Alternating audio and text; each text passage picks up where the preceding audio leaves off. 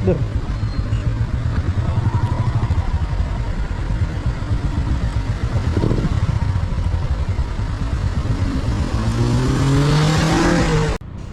So yun na nga mga dolens, sobrang kaba ko talaga mga dolens sa nakita ko mga dolens, kasi yung tipong nakapikit na lang ako mga dolens, kasi ayaw ko makita kung nangyari talaga ang hindi inasahan mga dolens. At buti na lang nakailag yung mga bata, kung hindi malamang nasagasaan na talaga sila mga dolens. Kaya panoorin nyo na lang mga dolens ang buong pangyayari. Let's go.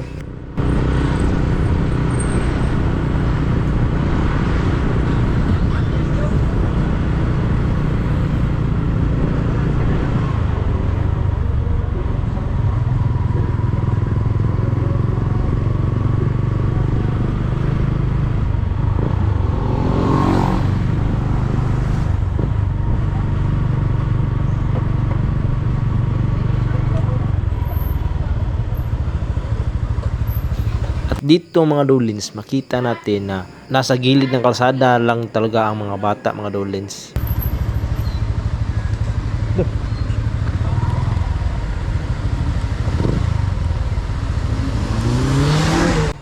So nakita nyo mga dolens kung gaano kasirang ulo yung driver na yun mga dolens.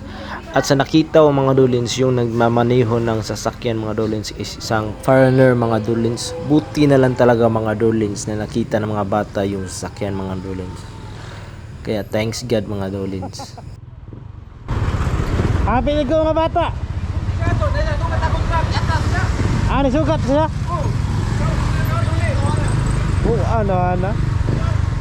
At yun mga dolens, base sa nakakita sa pangyayari mga dolens, sabi niya yung sasakyan pala mga dolens nag counterflow pala yun mga dolens. Tapos meron siyang nakasalubong na malaking sasakyan, kaya yung nang ginawa niya mga dolens na bumalik siya mga dolens, nag reverse agad mga dolens, na parang walang nangyari, parang siya lang ang nasa kalsada mga dolens. Laking pasasalamat ko na lang talaga mga dolens sa ating Panginoon nga niligtas pa niya ang mga bata mga dolens. Kaya kayo mga dolens, mag-ingat po kayo palagi mga dolens, at huwag nating kalimutan mga dolens ang mag-pray palagi mga dolens bago tayo biyahe mga dolens. Kaya hanggang dito na lang muna tayo mga dolens.